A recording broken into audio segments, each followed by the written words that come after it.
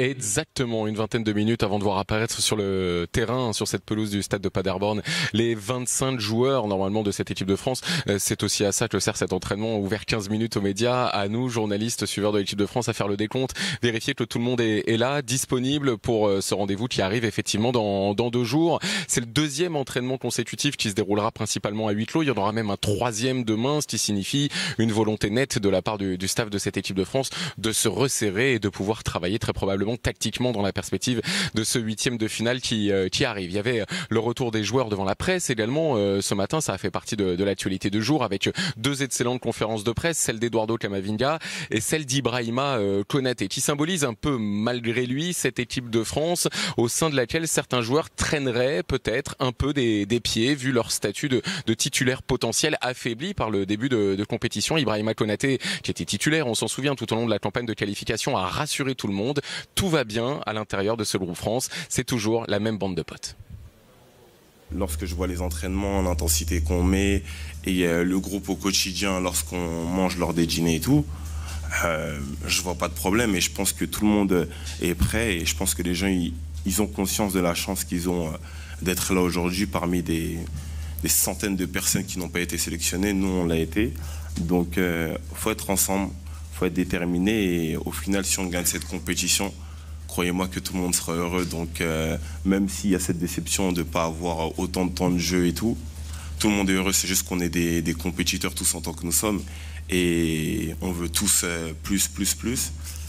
Mais voilà quoi, mais on est heureux, vous inquiétez pas. Le retour probable de Griezmann, une composition d'équipe est-elle en train de se dégager? Bradley Barcola peut-il prétendre à une place de titulaire?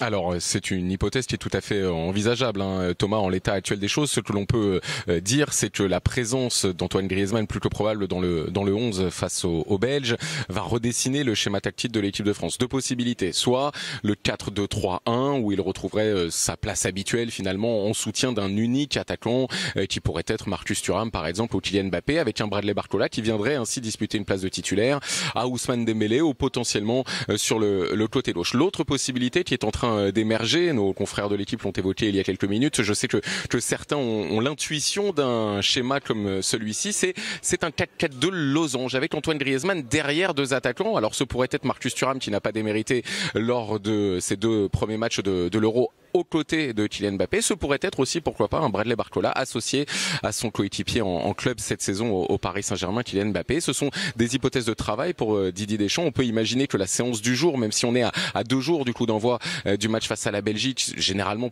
plutôt une séance calme, pourrait permettre à Didier Deschamps de peaufiner son travail tactique dans la perspective de ce rendez-vous. Mais oui, la présence de Bradley Barcola est désormais une hypothèse de travail. On sait qu'il impressionne ses coéquipiers à l'entraînement depuis plusieurs jours et que certains ont même parié sur sa potentielle titularisation lors des matchs à élimination directe. Et qu'il a été plus que convaincant. En tout cas, c'était l'une des grandes satisfactions sur la seconde période du dernier match des Bleus en phase de groupe face à la Pologne. Merci Clément, nous reviendrons vous voir tout à l'heure. Au début de l'entraînement des Bleus, Sony, souhaitez-vous que Barcola soit aligné d'entrée face à la Belgique? Par rapport à sa prestation, oui, parce qu'il a montré qu'il avait des qualités, il percute, il fait la différence. Et aujourd'hui, on a besoin d'un joueur qui a face à la différence au bas du pied et qui va provoquer.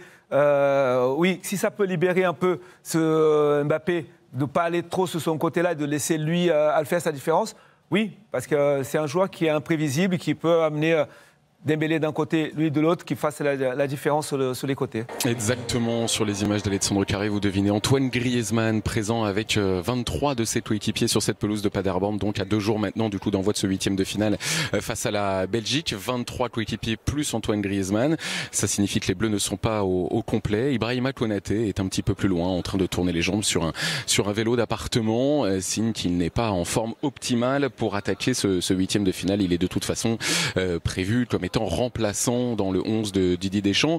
On évoquait tout à l'heure la possibilité évoquée par nos confrères de l'équipe d'un 4-4-2 losange. Alors on a fait nos recherches avec Alexandre Carré et l'on a constaté que cela n'avait pas été le cas. Une équipe de France sans ailier depuis l'avant Coupe du Monde 2022, depuis la présence de Karim Benzema. Donc dans cette équipe de France, ce serait une petite révolution et une surprise que de voir les Bleus évoluer donc dans ce schéma avec un Antoine Griezmann derrière 2 attaquants. Les Bleus donc à 24 sur cette pelouse de Paderborn. Dans 10 minutes, les caméras s'en iront, ils pourront travailler sereinement, même si l'entraînement devrait être léger. On est à 48 heures de ce huitième de finale. Merci Clément, merci à nos équipes sur place en Allemagne. Les images en direct de l'entraînement des Bleus aujourd'hui, avant leur match face à la Belgique.